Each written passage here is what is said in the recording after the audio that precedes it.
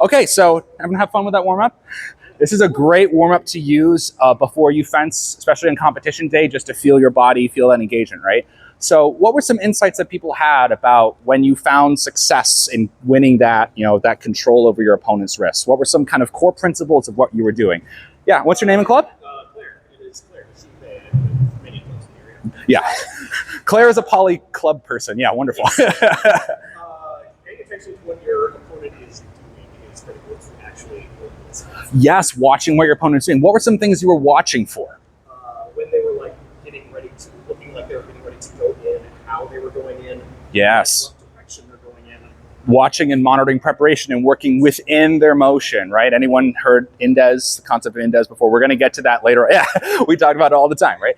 But we're going to get to that. But understanding how to work within our partner's motion and changes of their body structure is really important. What about our own actions? That's a really great point, but I'm thinking more about our own actions. Yes. What's your name? Jeff, Center for Blade Arts. Welcome, Jeff.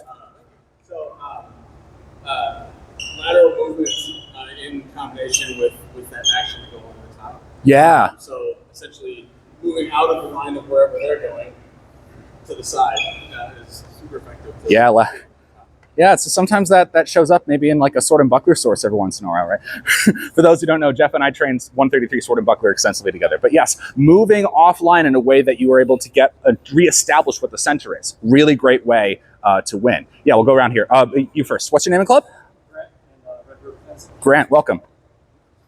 So one thing I noticed when I was playing Jeff at the first match too is you don't, when you measure correctly, you end up speaking like that.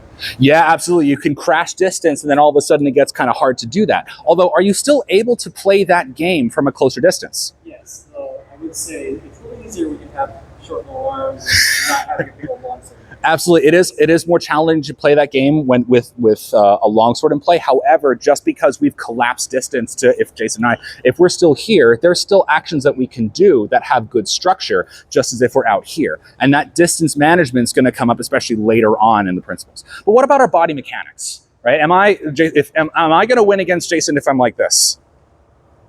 Well, I mean, I'm taller, but like, let's just pretend. All right, if I'm like this, put your hands up. Yes, no, maybe so. Why? What's wrong with me? Well, there's a lot of stuff wrong with me, but what's wrong in this situation?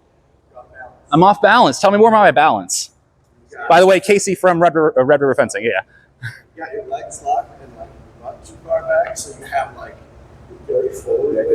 Yeah, absolutely. Great. How do I fix that? First of all, bend your knees. Bend my knees. All right. Should I bend my knees like this? And then that's perfect. Spread your feet out a little bit more on your knees, so you have more of a neutral weight, so you're not forward or backward. All right. Well, I'm still getting pushed offline here. What else can I do to adjust? Align my hips. What you said? Align my hips. All right. Okay. Now try to push. Right. Oh, this is interesting. Jason's not winning as easily, right? So we're able to adjust some things about our balance and what our lower body and core are doing, right? And so something that we've trained before, by the way, my main coach is a guy named James Riley from Wisconsin. He talks a lot about this balanced body position. In KDF, we call it Waage, like balance through scales. That's what the German term for it is. Having nice balance, having even weighting, making sure that we're able to bend into this and be able to adjust if needed. And then having our training partner or opponent inside our hip position here. I also don't want to be too far forward like this because if somebody goes offline, if Jason knocks me offline somehow, I don't have as much control.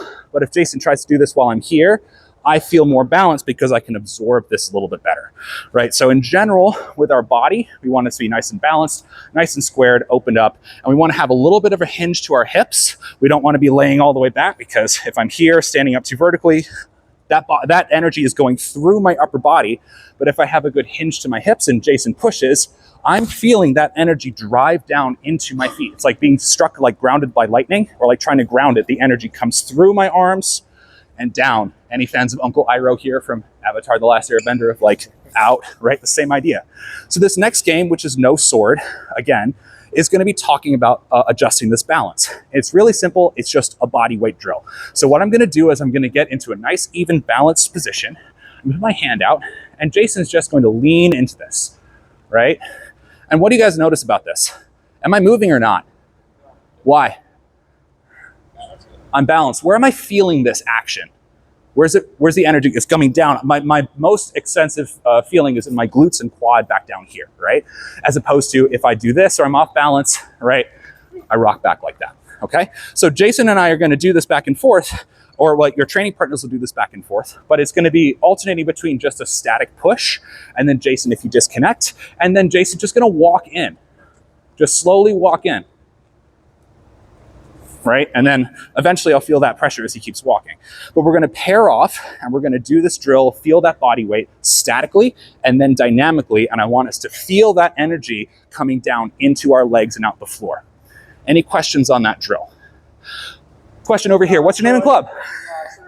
Troy, thank you so much. What is the spirit of the person who's pushing? Are they trying to knock you over, or is this kind of just a steady? Enough pressure to exert some kind of contradiction, if you will, but I'm not trying to push somebody to the ground. This is not a throwing practice, right? But thank you for clarifying. Any other questions on this drill? Okay, what we're gonna do, so you guys notice there's some volleyball lines here. We're going to have people, one half of the class line up along this line, and the other half of the class line up along the center here and face off in pairs. We're gonna do a drill, and then the rotate clockwise thing I said earlier, we're gonna go back when I say freeze or we're done, go back to where you were, and then rotate clockwise one position from there. So let's get half the class on this line through the middle, half the class on this white line, pair off, and do some body weight testing.